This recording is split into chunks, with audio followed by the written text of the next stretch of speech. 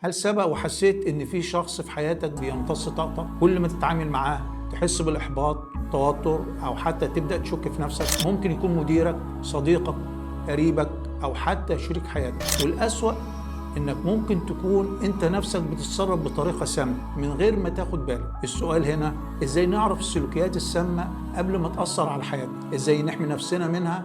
والأهم إزاي نتأكد إننا مش بنمارسها على الآخرين؟ النهاردة هنناقش أخطر السلوكيات السامة اللي ممكن تدمر صحتك النفسية وطرق التعامل معها وحماية نفسك منها. أهلا بيكم.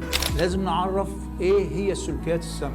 جربت قبل كده تدخل مع حد في نقاش طبيعي لكن فجأة تفقد هدوءك وبدأت تشك في نفسك أو حتى حاسس بالذنب من غير سبب واضح؟ هنا انت كده بتتعرض لسلوك سام. لازم نعرف ان في سلوكيات سامة كتير، اولها التلاعب. هنا بيكون الشخص دايما بيستخدم اساليب ملتوية عشان يسيطر عليك نفسيا ويخليك تحس ان كل حاجة غلط في حياتك هي مسؤوليتك، حتى لو الخطأ بتاعه هو. هتلاقيه بيخليك تحس بالذنب ويحملك عبء أخطائه وما بتكونش قادر تخرج من دايرة اللوم. وكل مرة تحاول تشرح موقفك تلاقيه يقلبه عليك ويقول لك ده غلطك، أو لو عملت كده ما كانش حصل كده. وكل مرة تحس إنك السبب، ولو حاولت تعترض تلاقيه بيحاول يختلق سبب جديد عشان يفرض عليك الشعور بالذنب. وتاني سلوك من سلوكيات السامة هو الاستغلال. المستغل ده الشخص اللي دايما مستفيد منك بس، سواء كان وقتك، طاقتك، أو حتى مشاعرك، من غير ما يقدم لك حاجة في المقابل.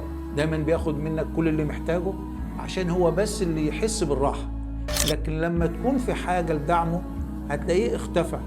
وكمان ما بيبذلش أي جهد عشان يساندك في وقتك الصعب أو حتى عشان يحافظ على علاقته معاك، لكن هو دايما بيكون الأول في الحصول على كل الاهتمام. الاستغلال ده بيخليك تحس انك مجرد وسيلة لتحقيق احتياجاته، وفي نفس الوقت بيخليك تحس انك لو طلبت منه اي شيء هتواجه اهمال او رفض، وممكن يبعد عنك نهائي لو حس انه مضطر يبذل مجهود عشانك. وثالث سلوك سام هو الإساءة المستمرة. الإساءة مش مجرد كلمة جارحة في لحظة غضب، دي سلوكيات متكررة بتؤدي لتدمير احترامك لذاتك. الشخص ده دايما بيحاول يحبطك ويقلل من قدراتك وبيزرع فيك إحساس دائم بإنك مش كفاية. كل كلمة، كل تصرف منه بيكون له هدف خفي زي التقليل منك أو إضعاف ثقتك بنفسك. مع الوقت تلاقي نفسك تبدأ تشك في قيمتك الحقيقية وتحس إنك دايما في حاجة لإثبات نفسك رغم إنك مش مطالب بده أصلا. رسالته دايما ليك إنك مش كفاية، لكن الحقيقة إن ده بيعكس نقصه هو الداخلي. ومن أخطر السلوكيات السامة أيضا السيطرة والتحكم. المتحكم ده شخص مش بيسيب لك مساحة تتنفس أو تقدر تاخد قراراتك بحرية. كل شيء في حياتك لازم يتماشى مع مزاجه ورغباته، هو اللي بيحدد الوقت. ولو حاولت تخرج عن إرادته أو تاخد قرار يخصك تبدأ سلسلة من التلاعب النفسي أو العقاب العاطفي. السيطرة دي محاولة لفرض سيطرته على كل تفاصيل حياتك. كل ما تحاول تستقل أو تعبر عن نفسك تلاقيه يرد عليك بالتقليل أو الاستفزاز لفرض سيطرته عليه. ولازم تعرف إن مش كل خلاف معناه إن العلاقة سامة، لكن لما تلاقي نفسك دايما بيتم استغلالك أو التلاعب بشخصك أو هجرك بعد كل مشكلة يبقى لازم تعيد التفكير. بعد ما تعرفنا على نماذج من السلوكيات السامة لازم نعرف إيه تأثيرها. تأثير السلوكيات السامة تأثيرات خطيرة. أول وأشهر تأثير هو القلق والتوتر المزمن. التعامل مع شخص سام بيسحب منك طاقتك بشكل بيخليك دايما في حالة من التوتر والقلق، وكمان بتسأل نفسك هل هيسيبك، هل هيحاول يقلل من إنجازاتك لدرجة إنك مش قادر تركز في حياتك أو تسيطر على مشاعرك.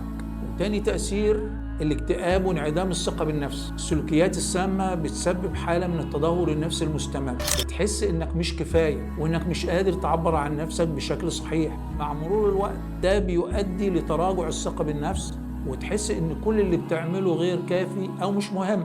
ده ممكن يتطور لمشاعر من الإحباط واليأس، ومع الوقت يبدأ الاكتئاب يظهر نتيجة لتحميل نفسك عبء المشاعر السلبية المستمر.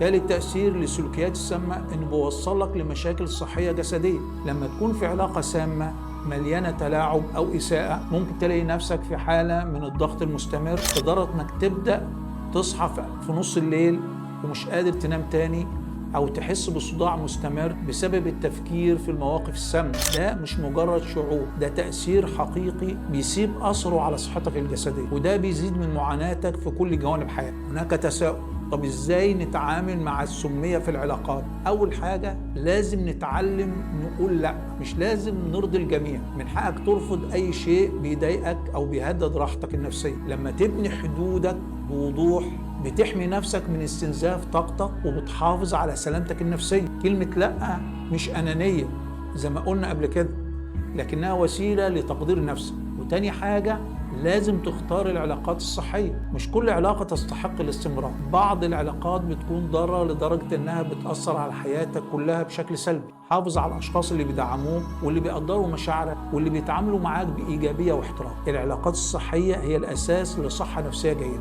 وثالث وأهم حاجة انك تعرف قيمة نفسك، يعني ما تسمحش لأي حد يقلل من قيمتك. بعد التعرض للسلوكيات السامة لازم تتأكد من قيمة نفسك، انك شخص بيسعى انه يكون افضل وقادر على تحقيق ده، ومن حقك تحيط نفسك باشخاص يحترموك ويقدروك.